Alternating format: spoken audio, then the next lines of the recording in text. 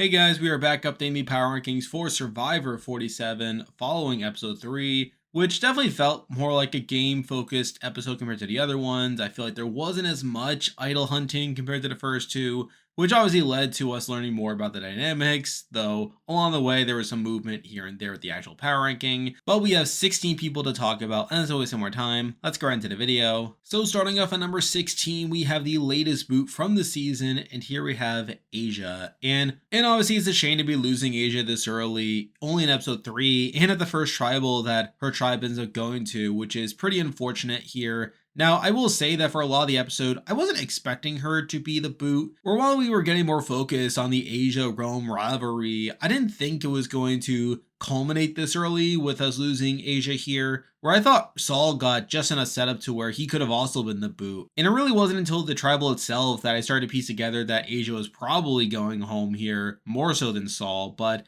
I still think that Asia is someone who I probably was starting to go down on, considering how Rome-centric her edits seemed to be, where it was kind of reminding me a bit of Katura's edit from 45, where while she got a decent episode 1 edit, I feel like since then a lot of it's been focused on this person that she in particular doesn't really like, which I think is a shame here, but for it to result in her going out in this episode is not ideal at the end of the day. Now, I will say that from a pure game standpoint, I do feel bad for her considering how bad her position was by the time she was taken out, where even though Rome was clearly like this out in front figure, he was also to such a degree that it made him a perfect smokescreen for the likes of Kesan and Tini to utilize, and especially after Rome got all of his advantages, including the idol and the vote steal. Those things really put Asia and Saul on the outs to where it gave the likes of Tini and Keyshawn all the reason in the world to want to work with Rome, especially considering Rome apparently has this good relationship with Tini and Keyshawn more so than with Asia and Saul.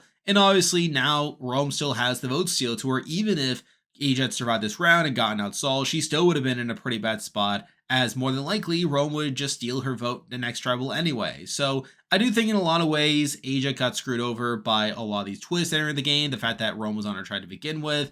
And while I can fault her for not going along with the Saul plan, I feel like she would have been in a bad spot regardless of whether she voted out Saul or not, considering that Rome still had these advantages. So at the end of the day, I still think Asia is someone who didn't really show her full potential across this season, even though the game didn't shake out the way that she wanted it to. But obviously she's now out of the game to where she's here at number 16. And before we continue, I am once again partnering up with Russell Muscle TV to promote Idle Plays. Idle Plays is an online shop where you can purchase Survivor puzzles and practice them. That way you can potentially be the next challenge beast on Survivor 47 and beyond. In this season, we have creator lockers. These are special bundles handpicked by myself and other Survivor YouTubers, along with creator trading cards. If you purchase my puzzle, you can get your hands on the Labyrinth Ball puzzle, the Slide puzzle, and Spencer's puzzle from Survivor Cambodia. If you want to take home these puzzles and more, feel free to use my link in the description or use my affiliate code, Survivor Gumball, and start prepping now.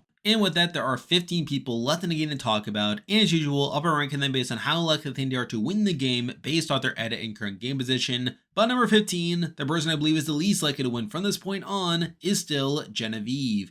Now, Genevie is someone who got the least amount of content on her tribe, where she only gets one confessional towards the beginning of the episode, despite her tribe going the tribal in this episode, and despite her being someone who was talked about as a potential target.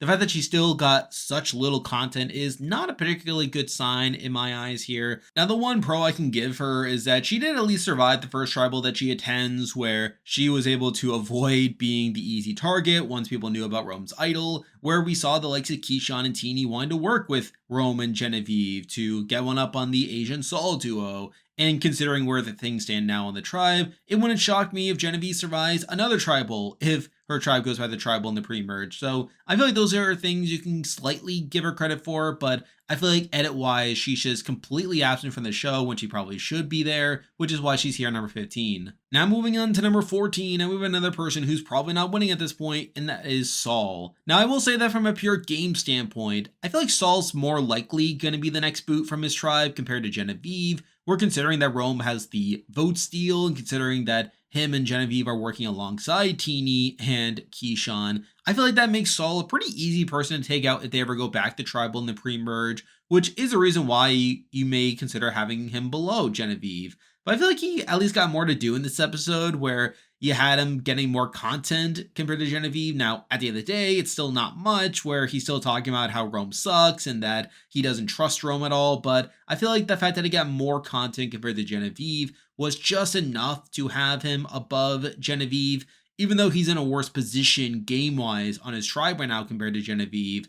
But even so, neither of them are winning. I feel like these placements are largely arbitrary, but I feel like the slight uptick in content was enough to leave Saul here at number 14. Now moving on to number 13, and we have another person remaining around the same spot compared to last week, and that is Rachel. And I feel like this episode was more the same for Rachel here, where a lot of our content felt very surface level, talking about how the shelter's bad, how they need to fix it, and then later talking about how Sam's funny and that she's surprised by all the foods he hasn't tried. And again, a lot of it's just very basic. And in a lot of ways, it reminds me of Mariah from Survivor 46, who ended up being the Murgatory boot. So I feel like that makes you think Rachel is someone who could be taken out in that spot, or if not, just being taken out very unceremoniously. I feel like Rachel's someone who I have very little upside in terms of where she's going in the game, even though you can definitely debate over whether she's a better player than what the show is giving her credit for. But I still feel like she's not winning at this point, and I feel like this episode just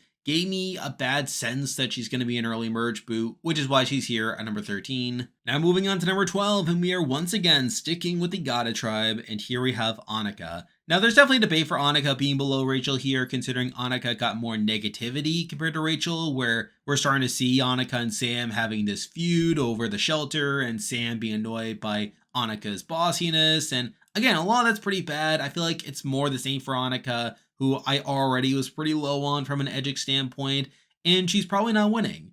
But the main thing I will give Anuka over Rachel is we are seeing her once again talking about how Sam's a threat, and I feel like that's at least something that could point to Anuka having some credit on the show, where she is the one that sees Sam as this big threat and could potentially try to target Sam. Now, at the end of the day, I still think Anuka will lose that battle compared to Sam, but I feel like the fact that she at least has that upside of potentially being the one to take out Sam down the road was just enough to have her above Rachel, even though her content in this episode was more negative. But again, neither of these two are winning at this point, which is why she's here at number 12. Now moving on to number 11, and this person did go up from episode 1 to episode 2, but I feel like this episode knocked them right back down. But number 11, we do have Gabe. And this episode just further confirmed to me that Gabe is really overconfident, where you have him trying to treat Kyle as another wounded bird, someone he feels that he can be controlled, talking about how Kyle's someone who will remain Tuku strong at any cost, only for Kyle to then try to flip the game on Gabe. Now granted, a lot of Kyle's efforts to flip the game on Gabe have been unsuccessful so far, where it seems like a lot of what Kyle's saying is falling on deaf ears to the likes of Sue, but I don't think it's going to be the end of that. I think Kyle's going to keep on trying, and I think at some point it's going to succeed. I think Gabe will eventually lose the favor of Caroline and Sue, possibly even Tiana, who Gabe tossed out as a potential target this week.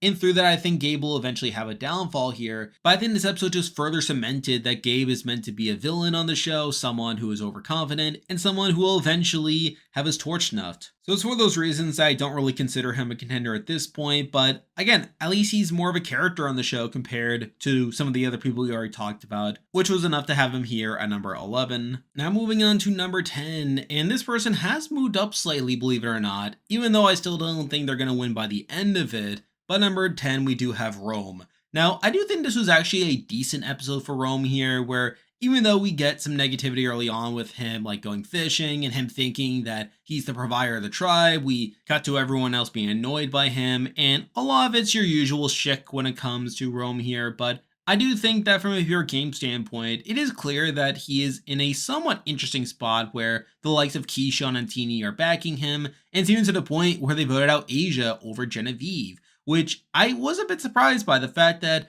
Genevieve gets to stay in the game after they attend the tribal here just gives Rome an extra number, not to mention the vote steal that it gets from the journey, which I think is another thing that could potentially put him in a good spot if they go back to tribal in the pre-merge. So I think from a pure game standpoint, it is pretty obvious that Kesan and Tini are using him as a meat shield, and through that obviously buys Rome some time within the game. Even beyond that, you have him getting some confessionals, like him thinking that he's running the game and that you might as well rename the season Survivor Rome.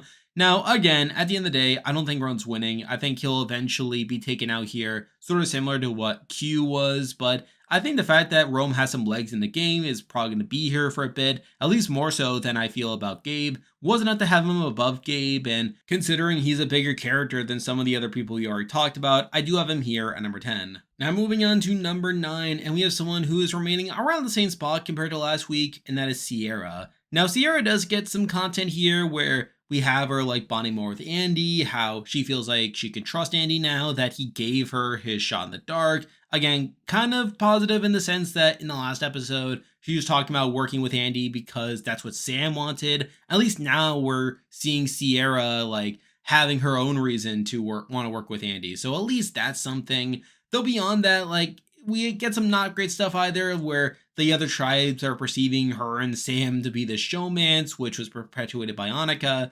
And again, while I think Anuka is someone who's probably not winning, someone who's probably going to lose the battle to Sam and Sierra, I do also worry that Sierra could be collateral damage if a move were to be made against Sam. And I feel like with her content being mostly like middle of the road and nothing too spectacular, with her not having a super secure storyline at the current moment, I can't really have her too high at the end of the day. But I feel like the fact that she got at least some content about her wanting to work with Andy was enough to have her here at number 9. Now moving on to number 8, and we have someone who I'm probably the most conflicted on how these people here, where I'm not entirely sure where they're going on the season, but number 8 we do have Kyle. And obviously there's some not great stuff that happened to Kyle in this episode where, for one, you had the whole Sue situation where Sue talks quite a bit throughout the episode about wanting revenge on Kyle for voting against her even though he was on the bottom, which I guess is something there. And the fact that Sue is kind of being propped up for this is not a great look for Kyle, obviously. But I also don't think it's a complete death knell for him either, where even though the whole conflict is not resolved in this episode,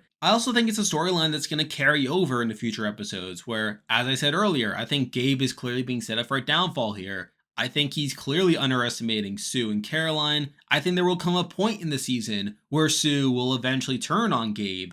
And I think the fact that Kyle is peddling that along could pay dividends for Kyle. I think Kyle could potentially stay around long enough to finally get through to Sue and to get her to realize that Gabe needs to be taken out. Now, obviously, it's not a guarantee. There still is a chance that Sue could take him out and then realize it after the fact that Gabe is not to be trusted. But I feel like the fact that Kyle is perpetuating like the notion that Gabe needs to be flipped on, mixing in the fact that Kyle himself is being underestimated by Gabe, where Gabe was talking about him as just being a lackey for the Tuku tribe. I think that also gives Kyle some room to step outside that role, to kind of prove Gabe wrong by the end of it and kind of be the hero in that story.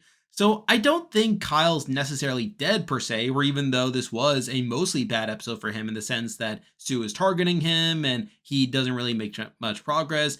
I think there's definitely time for him to make progress. And if he's able to like convince the likes of Sue, Caroline, and Tiana to flip on Gabe, I think that will definitely put Kyle in an interesting spot from a narrative and gameplay perspective.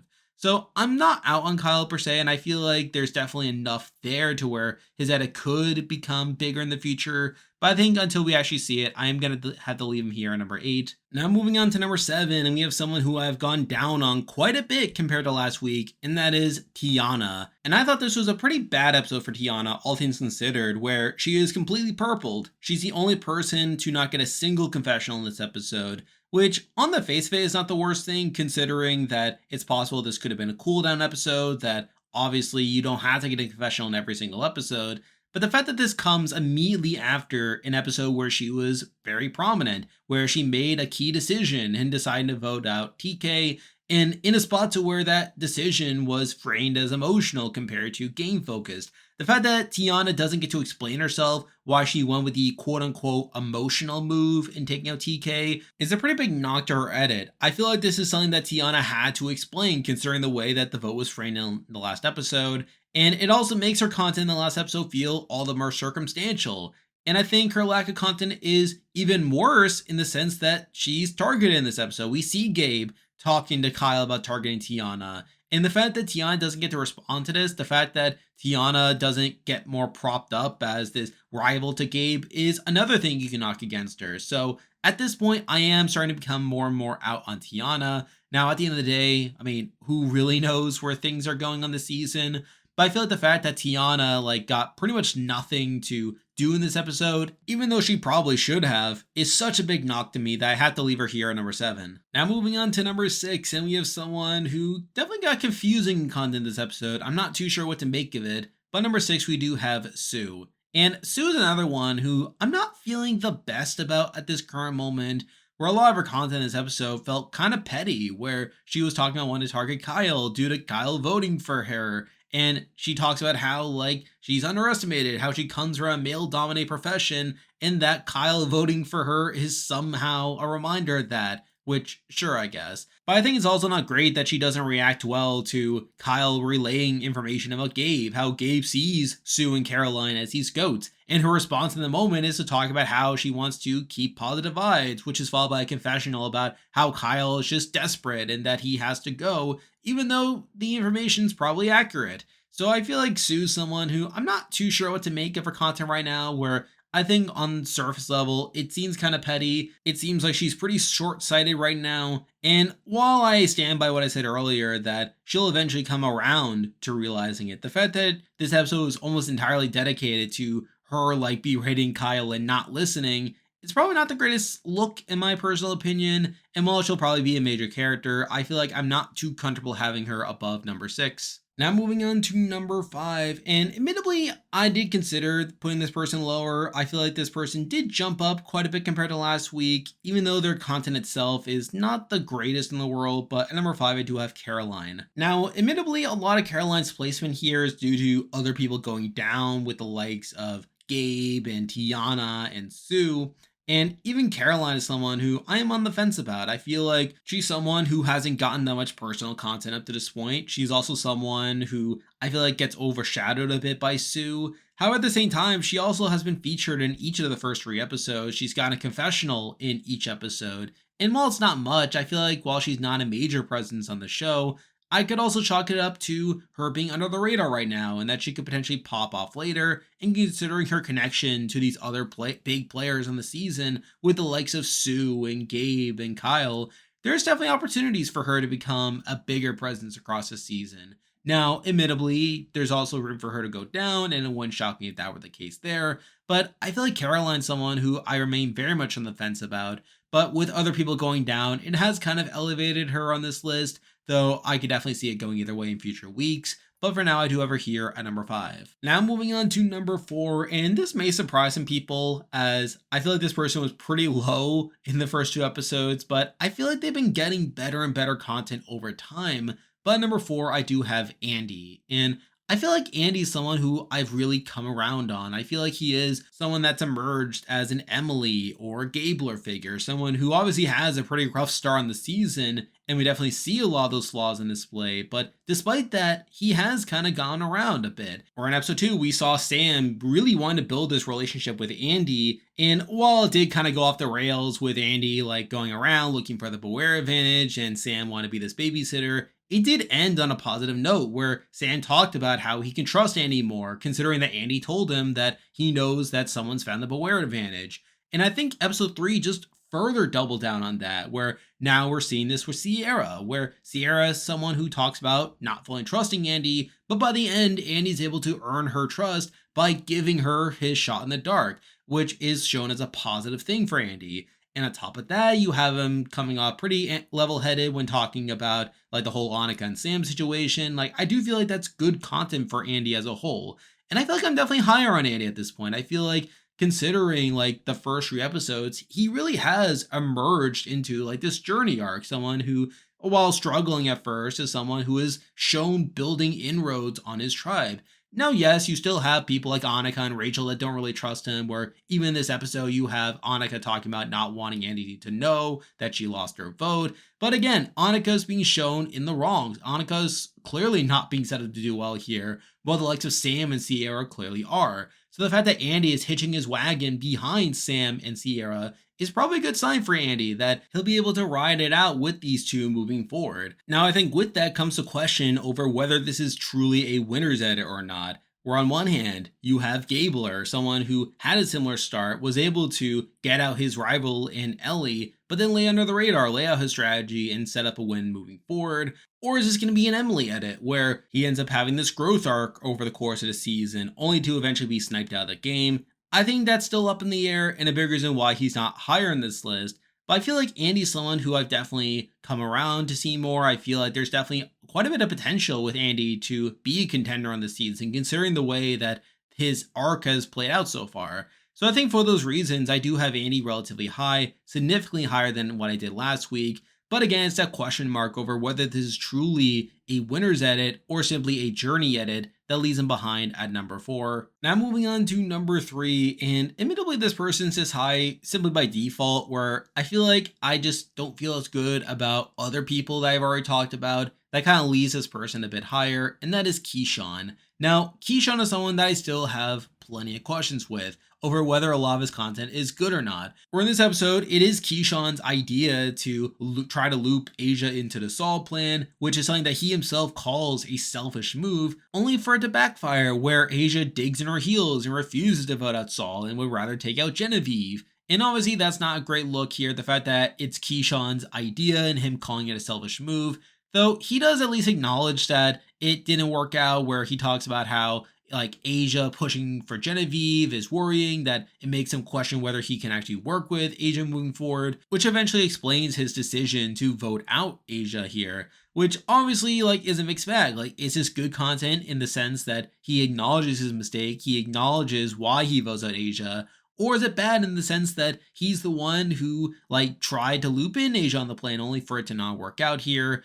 Again, I am still gonna give Kesan the benefit of the doubt here, even though I feel like there's still some questionable things with Kesan's edit that I can't fully ignore, but I feel like the issues I have with other people are bigger at the moment. That kind of leave Kesan a bit higher here, though for now I do have to leave him here at number 3. Now moving on to number 2, and we have another person who I'm not feeling the greatest about at this point, but I feel like I kind of have to put them this high, and at number 2 we do have Tini. Now, again, I feel like this episode was more the same for Tini. I very much question whether they can actually win the game or if they're just being a big player. And we see that playing out with the actual vote, where we get their thoughts on the actual vote, where they talk about like wanting Asia to be included on the plan, only for Asia to not really be down for that. And obviously, they get the final confessional as they head out to tribal council, which eventually explains why they vote for Saul, like not even joining in on the Asia plan there. So again, there's some question marks with where Tini's edit is truly going here. Now, they do get to articulate the strategy about how they're sticking by Rome because he has all these advantages, how he's the perfect meat shield to carry around. So I guess those are things to point out here. And as I said, I think Tini's clearly being set up as this big player in the season, which is further confirmed by Asia's exit interview that pointed out that Kesan and Tini are essentially in the center of the Lavo tribe right now. So again, I feel like those are things that I have to prop up with Tini, and a big reason why they are this high on the list. But at the end of the day, I feel like this position is purely temporary. I feel like it's not enough to make Tini a true top contender, as I feel like it's content that has to be there, and it's content that is there because Tini is a big player in the season. So I don't think Tini's actually going to win by the end of it, but I feel like with the way things are right now, I kind of have to put them here at number 2. And now, at number 1, the person I believe is the most likely to win Survivor 47 at this point is still Sam. And very similar to Kesan and Tini, there's still a question mark over whether Sam will actually be the winner or not.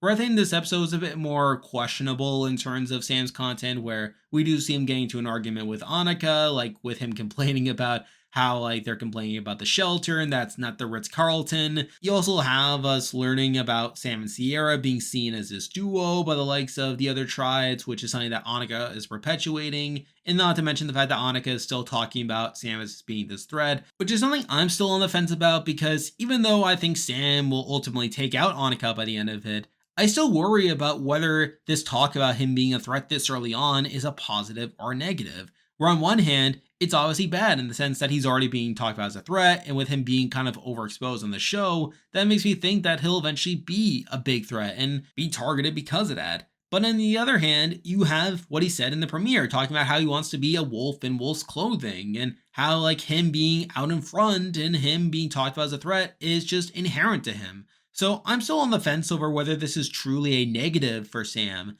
because he has talked about how he is seen as a big threat, how he is a wolf in wolf's clothing, but I still think the show is kind of backing him up in many regards. And I also want to mention the completely random scene that happens in this episode as well, where we have him talking about all the foods he hasn't eaten, which again feel pretty unnecessary, at least on the surface, but I think that could just be another way of propping up Sam as well, where you have the likes of Rachel talking about how Sam's an enigma and that he's pretty funny. And again, I think that's also good enough content for Sam that kind of smooth over some of the more negative aspects of his episode, such as the argument with Anuka, for instance. So again, I think Sam is still a contender in my eyes. And while I do question how long he'll truly be a number one, as I still think the season's very much up for grabs, I feel like with the evidence I have for Sam, I still have to leave him here at number one. And there we go, that'll do it for this week's video. If you like this content, be sure to like and subscribe, really helps with the channel. Now I'll be back again next week to update the Power Rankings again, so you can look forward to that. I'm covering other shows, including Big Brother 26, as well as Hell's Kitchen, so you can look forward to that. I'm on Patreon and I have a YouTube membership, so if you want to consider supporting the channel, you can do so by clicking the link in the description, and you can also join the Discord server by also clicking the link in the description. There's a lot of stuff coming your way, but for now, that is the video. See ya.